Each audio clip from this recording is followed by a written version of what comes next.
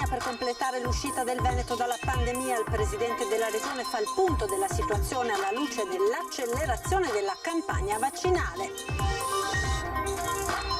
Decine di migliaia di visitatori a Venezia per il fine settimana. Calli e Campielli tornano ad animarsi, ma tra gli addetti al turismo non tutti sono entusiasti. Indispensabile vaccinare gli adolescenti per poter ripartire in sicurezza il prossimo anno, così la dirigente scolastica regionale del Veneto Palumbo. Intanto naufraga già la scuola in estate. La festa del Giro d'Italia in Veneto con la 13ª tappa partita da Cittadella, attraversando poi buona parte della Marca prima del traguardo sullo Zoncolan. La barca affonda, coppia di turisti tedeschi in balia delle onde sul tender di salvataggio alla deriva, l'intervento della Capitaneria di Porto. I carabinieri di Thiene incastrano una 38enne che fingeva di aspettare un bambino per spillare soldi ad un 80enne di Asiago, e non era la prima volta. È bello tornare lentamente alla normalità, sono in molti a pensarla così nel primo weekend in cui i centri commerciali tornano a essere aperti. Ben ritrovati con l'edizione del Veneto del nostro telegiornale. Rilanciare il lavoro e l'economia per completare l'uscita del Veneto dalla pandemia. Così il presidente della regione Zaia fa il punto sulla situazione alla luce dell'accelerazione della campagna vaccinale in Veneto. La luce in fondo al tunnel appare più vicina. Il Veneto è pronto ad avviare la fase di ripartenza post-pandemia grazie soprattutto ad una campagna vaccinale che, forniture di dosi permettendo, ha registrato nelle ultime settimane una vigorosa accelerazione. Sopra gli 80 anni abbiamo vaccinato il 98% dei cittadini. Dai 70 ai 79 anni l'84% dei cittadini, sono dati eccezionali. I 60-69 anni siamo ormai al 78% e crescono bene anche i 50-59 anni che sono al 68%, un po' di meno i 40 anni, ma hanno anche pochi posti in agenda per prenotarsi. Direi che sta andando bene. Ovviamente noi abbiamo aperto prima degli altri a fascia d'età più giovani perché stiamo vaccinando molto. Le nuove linee guida sulla campagna vaccinale appena emanate dal generale Figliuolo prevedono peraltro il graduale passaggio da vaccinazioni effettuate in maniera centralizzata ad un sistema delocalizzato, prevalentemente a domicilio. In questo ambito, per i soggetti più fragili, la Federazione Nazionale Ordini Professioni Infermieristiche ha sottoscritto un protocollo con Regioni e Ministero della Salute.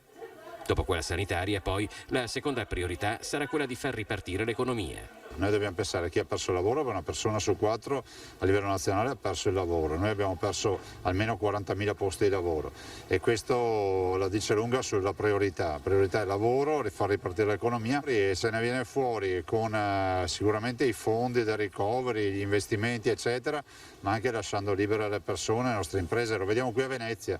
Era vuota e adesso sì, comincia a rivedere movimento, gli alberghi sono aperti, penso che questo sia il bel segnale. Decine di migliaia di visitatori a Venezia per il fine settimana, anche per la riapertura al pubblico della Biennale. Calli e Campielli tornano ad animarsi dopo la prolungata chiusura per il Covid, ma tra gli addetti al turismo non tutti sono entusiasti.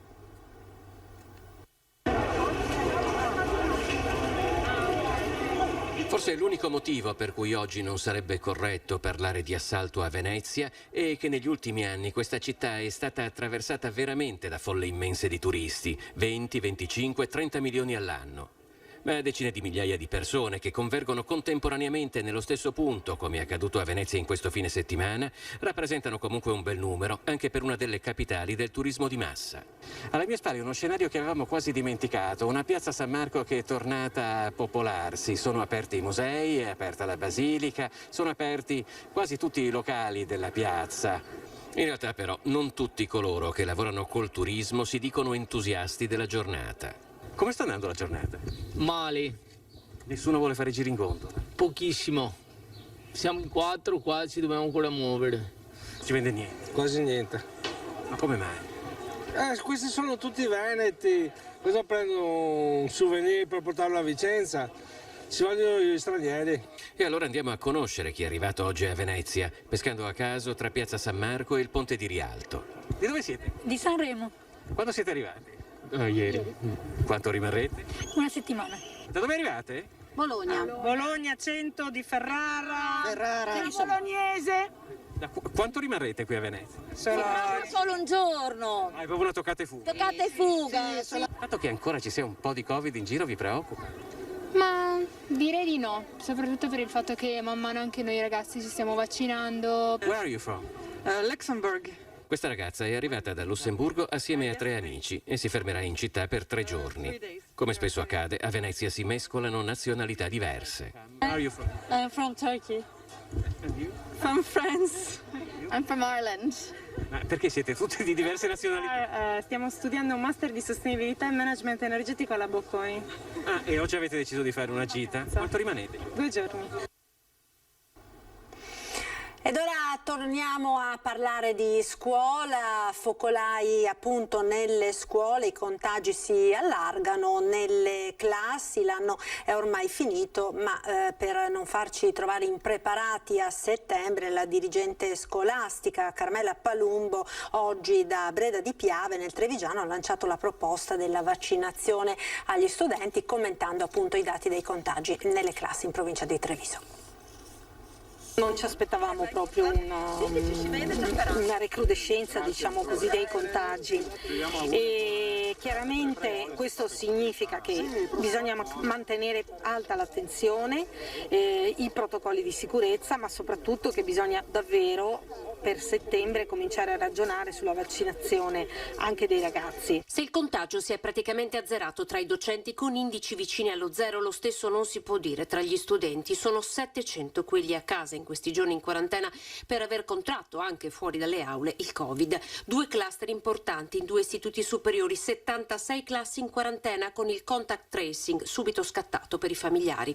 Per la dirigente delle scuole del Veneto Carmela Palumbo oggi a Breda di Piave la vaccinazione dei ragazzi diventa imprescindibile per ripartire in sicurezza a settembre evitando il balletto di presenze e quarantene vissuto in questo ultimo anno. La vaccinazione credo che sia veramente indispensabile quando ci saranno adesso le autorizzazioni per settembre. Rimane, come conferma Palumbo, ancora un punto di domanda su quale offerta formativa la scuola potrà dare agli studenti durante l'estate. Le scuole che stanno aderendo ai bandi aperti dal Ministero ancora non sanno quando né quanto denaro arriverà per pianificare ed assumere. La scuola d'estate dunque per molti istituti superiori non partirà. Le scuole sapranno se e quanto avranno nei primi giorni di giugno, quindi devono attendere ancora un po' per dimensionare anche il loro piano estate. Poi in linea di tendenza vedo che le scuole del primo ciclo, quindi fino alla terza media, stanno organizzando anche molte attività appunto di tipo extracurricolare, quindi ludico, ricreativo, di recupero della socialità nel periodo anche di luglio, mentre le scuole superiori si stanno orientando di più verso settembre. E l'ipotesi di vaccinare gli studenti divide i genitori. Sentiamo l'opinione dell'assessore regionale all'istruzione Elena Donazzan. I genitori hanno una responsabilità che è quella dei propri figli e io appunto sono contro l'obbligo vaccinale, però che approfondiscano con i loro medici e poi chiaramente è una scelta di coscienza. L'appello alla coscienza dei genitori dell'assessore all'istruzione del Veneto. Vaccinare o meno i ragazzi, fascia 15-18 anni, per cui l'EMA ha autorizzato il vaccino Pfizer dal 28 maggio. È il tema spinoso d'attualità in questi giorni, che divide le opinioni in vista del ritorno in classe degli studenti a settembre. A Vicenza l'associazione Scuola in Presenza prende posizione e si schiera per il no, temendo possibili conseguenze nocive future. Altrettanto netta la posizione di Elena Donazzan. Io mi vaccinerò, è questo il periodo della mia classe di età, però sono perché non vi sia un obbligo vaccinale, credo che sia un fatto proprio di cultura. In questo momento certamente prima dei più giovani che hanno dimostrato di avere una forza fisica, un atteggiamento anche nei comportamenti, peraltro a scuola molto controllati, ci sono le aziende che devono avere i propri collaboratori che devono andare all'estero, dobbiamo fare in modo che i turisti vengano e quindi ben venga anche, come ha fatto il Presidente Zaia, dire a tutti il Veneto vi può vaccinare anche la seconda dose, venite pure in Italia, venite pure in Veneto. Certo che se serve per far ripartire l'economia, forse è il caso che tutti riflettiamo che sia il caso di vaccinarsi. Ed ora il Giro d'Italia che quest'oggi ha attraversato il Veneto con una delle tappe sicuramente più spettacolari, Cittadella la partenza, Zoncolan l'arrivo, e vediamo quindi nella copertina i momenti di emozione che si sono vissuti stamane alla partenza. 4, 3, 2, 1, parte! La 14ª tappa della Giro d'Italia.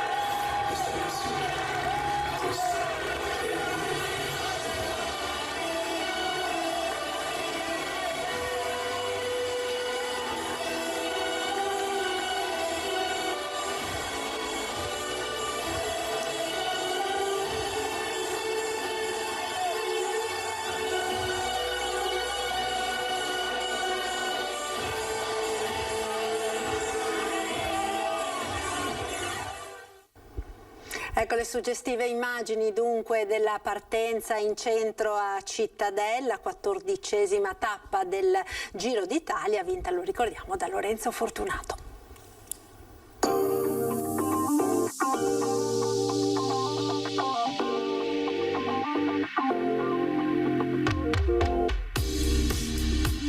Almeno 10.000 persone fra dentro e fuori le mura in un delirio collettivo con quel conto alla rovescia e l'ovazione al momento della partenza delle grandi stelle campioni del mondo di ciclismo per il Giro d'Italia, 14ª tappa verso lo Zoncolan in una cittadella tinta di rosa. Dopo 13 anni il Giro torna a Cittadella in maniera diversa da come era arrivato 13 anni fa. Una giornata di grandissimo sport, veneto sicuramente, italiano sicuramente, ma anche internazionale. Siamo molto emozionati e siamo curiosi anche di sapere chi arriverà prima e auguriamo a tutti tanta fortuna. La maglia rosa? Sì, l'abbiamo acquistata. Ecco, che cosa sta provando? Un'emozione, anche se mi fa un po' paura tutto questo assembramento, onestamente. Però il ciclismo vince? Purtroppo sì. Partiti da Vicenza, questa mattina alle 8:30, 9 eravamo in bici e piano piano è arrivato qua. Cos'è, una tappa immancabile anche per voi? Come partenza è comoda da vedere e dopo andiamo a vedere l'arrivo in televisione. Una grande emozione, sono più emozionata così, però sì, è una grandissima emozione, soprattutto vedere il papà felice. Dopo anni e anni di bici finalmente può. Allora lei è un papà felice oggi? Sempre col ciclismo, sempre.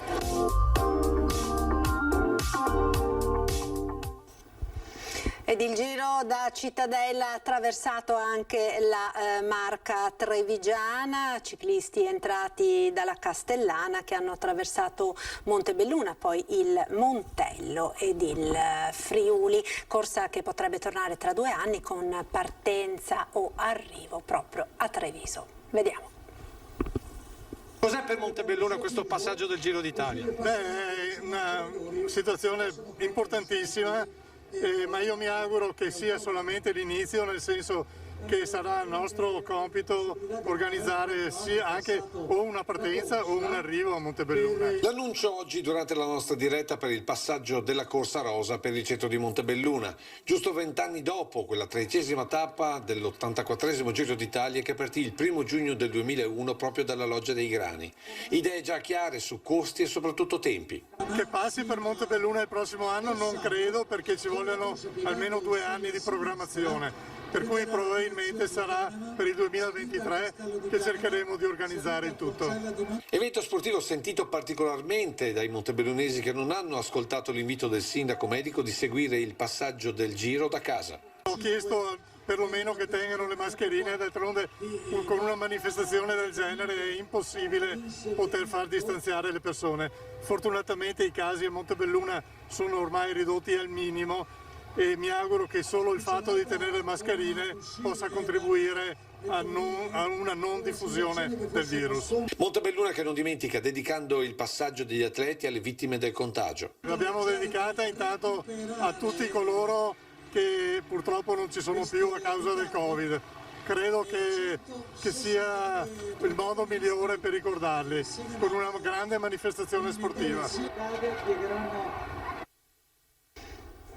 La cronaca ora, un tender di 2 metri in Balia delle Onde è andato alla deriva con a bordo una coppia di 65 e 58 anni di origini tedesca a circa 25 miglia al traverso di Punta della Maestra. La Guardia Costiera di Venezia ha ricevuto l'allarme attorno alle 21 di ieri sera. I due avevano abbandonato l'imbarcazione da diporto sulla quale stavano viaggiando dopo che era affondata. Stavano attraversando l'Adriatico da Pola ad Albarella. Il salvataggio non è stato facile, il mare era mosso e la coppia non aveva strumenti per comunicare. Così sono scattate le ricerche in mare sia da parte dei soccorritori italiani che di quelli croati. A mezzanotte, dopo aver ripercorso la probabile rotta del tender, la vedetta stava per rientrare alla base quando l'equipaggio ha scorto una flebile luce. Erano i naufraghi, infreddoliti e spaventati per l'esperienza sicuramente traumatica. Erano però fortunatamente in discrete condizioni. Alle 2:15 della notte la vedetta è giunta a Venezia e i naufraghi sono stati trasportati all'ospedale civile con l'idroambulanza.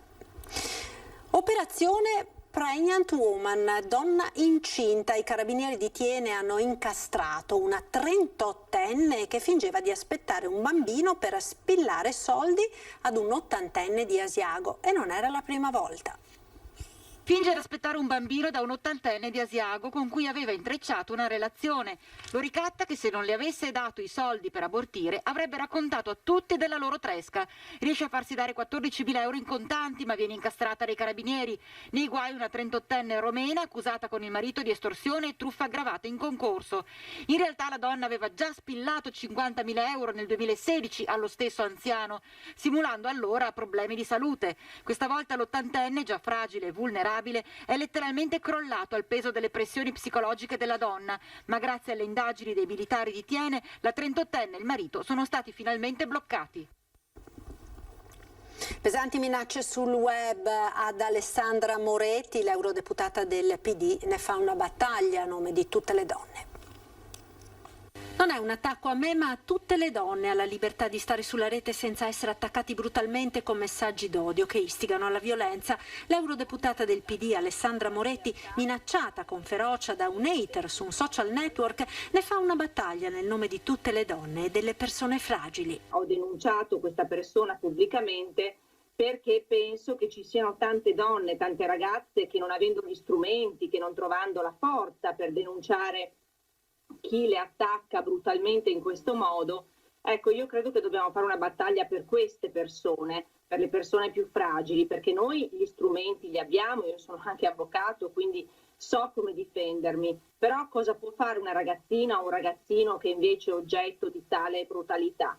La rete può essere un luogo straordinario per esprimere le proprie idee, ma deve essere anche un luogo che tutela la dignità delle persone, continua Alessandra Moretti, che scriverà alla commissaria europea competente. Credo che questa debba essere una battaglia collettiva, trasversale, che vede tutte le forze politiche unite, perché appunto questi colossi del web, nei confronti dei quali noi tra l'altro qui in Europa stiamo agendo affinché per esempio paghino le tasse non dove hanno la sede ma dove fanno profitti, e appunto tutti sanno che questi colossi fanno tanti e tanti profitti, non possono però fare profitti sulla pelle delle persone e quindi devono dare i nomi, i cognomi di questi soggetti che si macchiano di reati, perché l'istigazione all'odio, alla violenza e alla barbarie è un reato che va punito, per cui io credo che dobbiamo tutti insieme fare uno sforzo affinché sia sì tutelata la libertà di pensiero, ci mancherebbe, ma che venga invece condannata e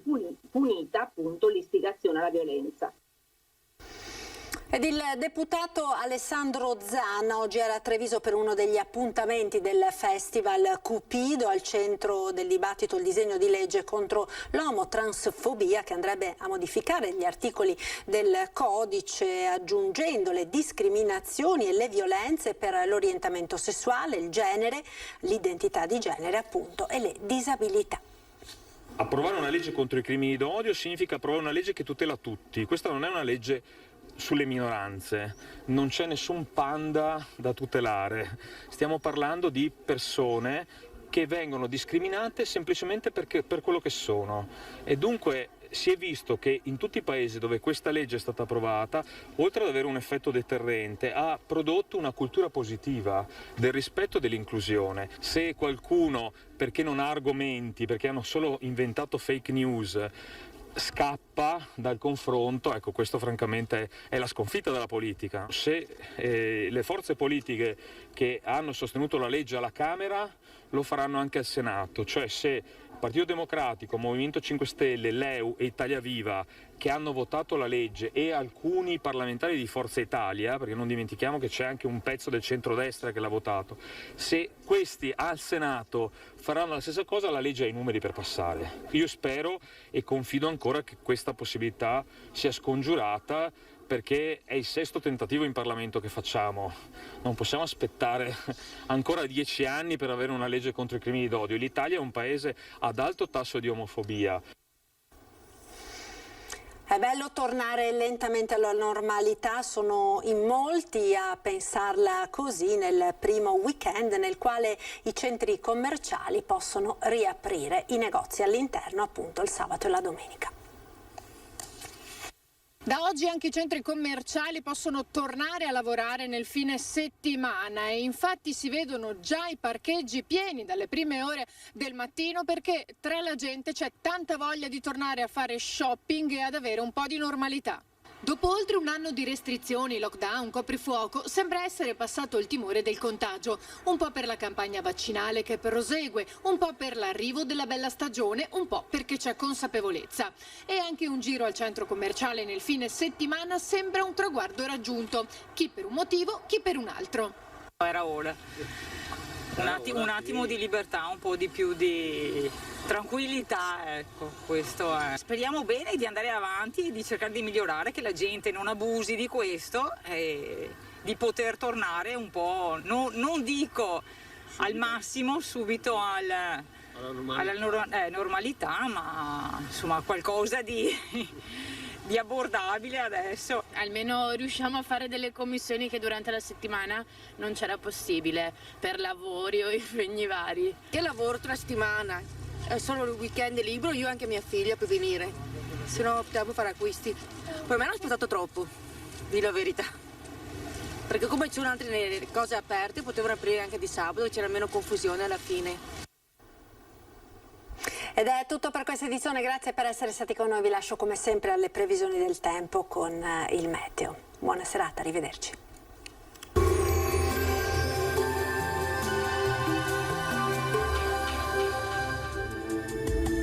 Bentrovati al meteo. Correnti instabili causano una certa variabilità sul nostro territorio, che sta vivendo un mese di maggio alquanto incerto dal punto di vista meteorologico. Vediamo dunque insieme il dettaglio. Sul Veneto la grafica di domenica 23 evidenzia una diffusa instabilità. Al mattino avremo ampie schiarite soleggiate, ma con il passare delle ore più nubi sui monti e prime precipitazioni che con il passare delle ore potrebbero interessare localmente anche le aree di pianura. Temperature minime tra 11 e 13 gradi, valori massimi compresi invece tra i 16 e i 22 gradi. Ci spostiamo ora sul Friuli Venezia Giulia, dove avremo poche novità, alternanza anche qui di momenti soleggiati con altri decisamente più piovosi. Temperature minime tra 11 e 15 gradi, massime sui 16-20 gradi. Infine uno sguardo alla situazione del Trentino Alto Adige, tanto sole sui settori meridionali della regione, qualche acquazzone invece altrove. Temperature minime intorno ai 10-12 gradi, massime sui 20 all'incirca. Dal meteo per ora è tutto, vi auguro un buon proseguimento con Antenna 3.